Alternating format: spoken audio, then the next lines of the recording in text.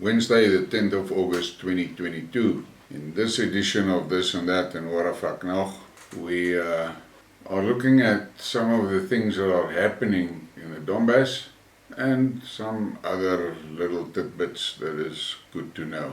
First one, fast freight trains have started running between Belarus and Azerbaijan. The Belarusian railways implemented the project jointly with Russian Railways and AZHD. The Republican operator said the new railway corridor can be used for parallel imports to Russia via Belarus. Now, it is interesting for me to see how the Russian Federation is expanding its infrastructure and services. And then there's this one. Head of Zaporizhzhia region signs order for referendum on joining Russia. Now, this is something that is giving the guys in Kiev palpitations. But the reality is, the people don't want to be part of the Ukraine. But the West keeps on hammering that nail. And then there is this. CNN went to the Donbass with the idea that they will be able to see how the people don't like Russia. And then they ran into this situation. Here's some truth coming from CNN. First time. CNN showing Ukrainians migrating from Zelensky-controlled areas to Russian-controlled Kherson with family, cats, dogs and trunks.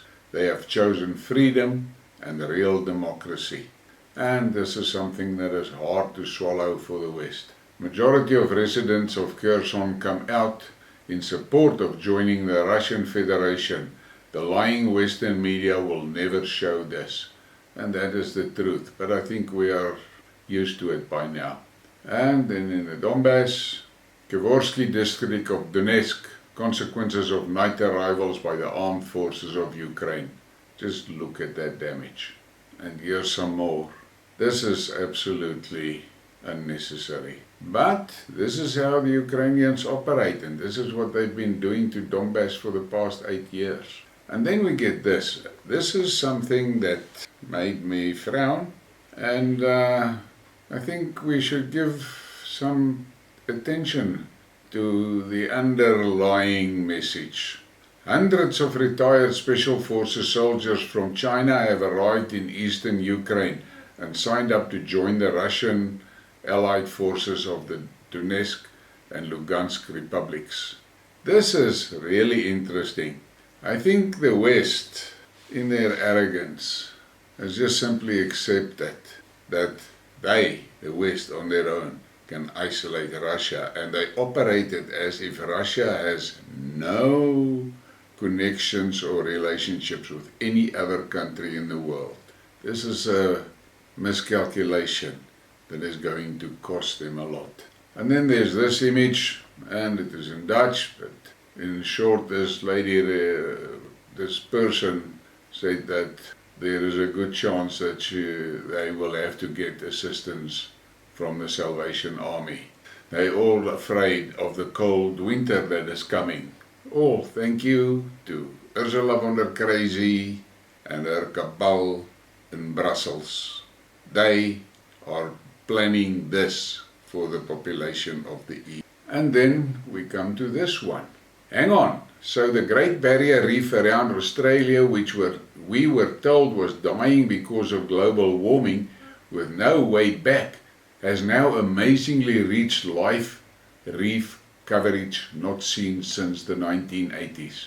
And as I mentioned in a previous Skidmark on this topic, I don't know how did it happen that the people of the world allowed a selected group to start telling us different stories. We know that nature runs in cycles. Conditions in recent years have been relatively benign with few cyclones, low numbers of starfish and 2 summers dominated by La Nina weather pattern that usually means cooler conditions. And they make the statement as if this is just now a fluke shot.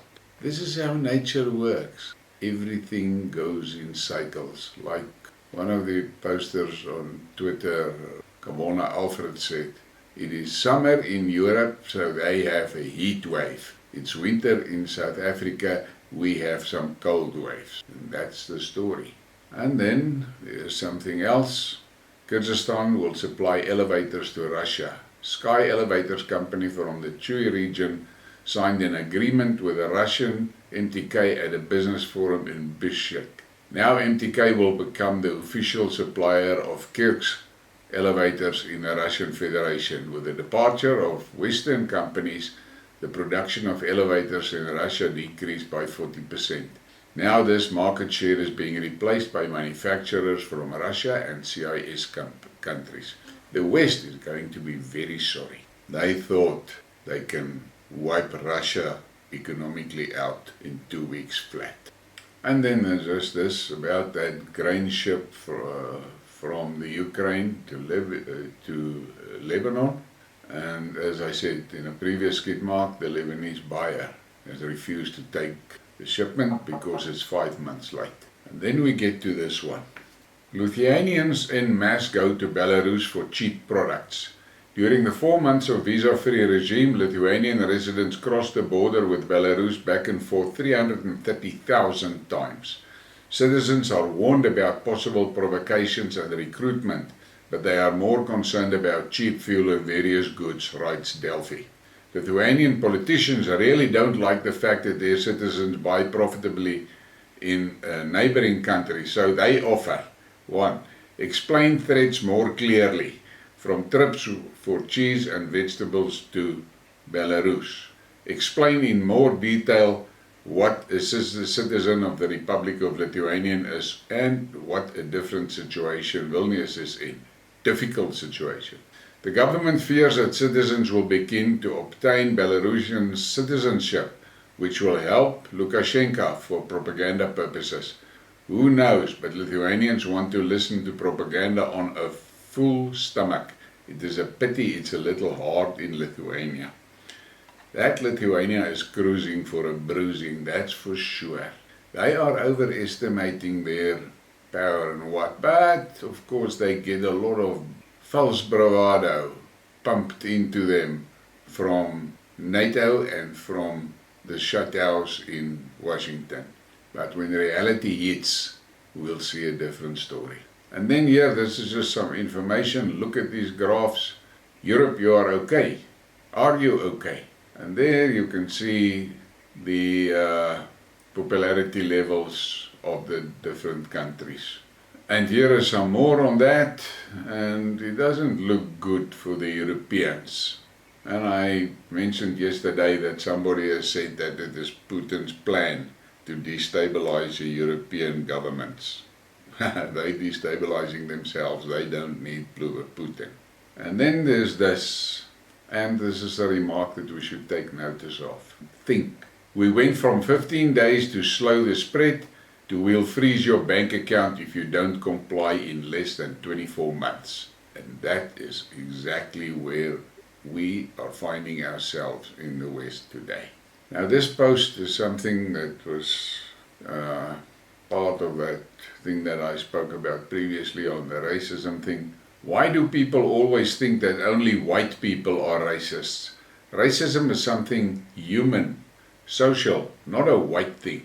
Discrimination on color, looks, religion, etc. has nothing to do with the color of the skin itself. Rwanda, Hutsi, Tutsis. Morocco, Arabs, Berbers. Netherlands, Hollanders and Takkers. Middle East, Arabs, Asians, workers, etc., etc. The fact that people put racism in the white corner is racism itself.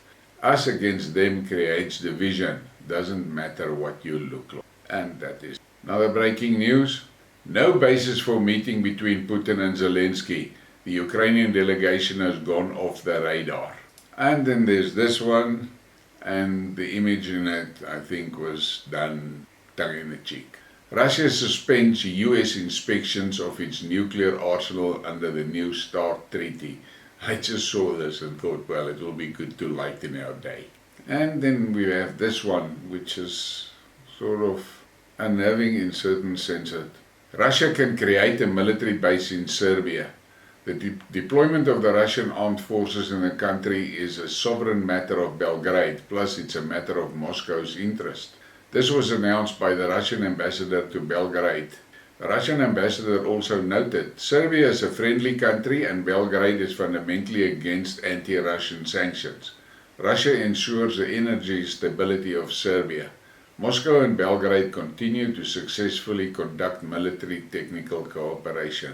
And this must be like a red hot poker up some EU bumps, especially in the EC up in Brussels. They must be hurting when they read things like that. And then we get to the UK. They don't look like poor, desperate refugees fleeing total poverty and war. They're boasting about what a great trip they've had. Nigel Farage reacts as 4 out of 10 people crossing the channel are Albanian. But the British are in trouble with that immigration story there. But their leadership is not saying a word. And then we're back in the Ukraine. The Kiev regime is engaged in nuclear terrorism. Details of the shelling of the Zaporizhzhia NPP were told in the Russian Defense Ministry. The 44th Separate Artillery Brigade of the Armed Forces of Ukraine conducted the shelling of the NPP. Now this is something that we should really be concerned about, and I cannot understand why the West is not telling Zelensky to stop this shit. Now, the West says to Russia, Russia must give the plant back to the Ukrainian. And then we get to Arestovich, that idiot that is a spokesperson for Zelensky. Arestovich confirmed that all these months, the Nazis from the armed forces of Ukraine and the VFU really hid in schools and kindergartens, and they continue to do so because they have the right. I have no words for this, and I think there is a serious IQ problem in that Kiev regime. And then we get to that moment, the what the fuck, and this is something that we can just smile and laugh about and think about it because this is so real. I forget, does the knife go to the left or the right of the phone? And how true is that? But life goes on and we will every day have something to be amazed by. So please like, share, and I really need you to subscribe. I need the support. Have a nice day.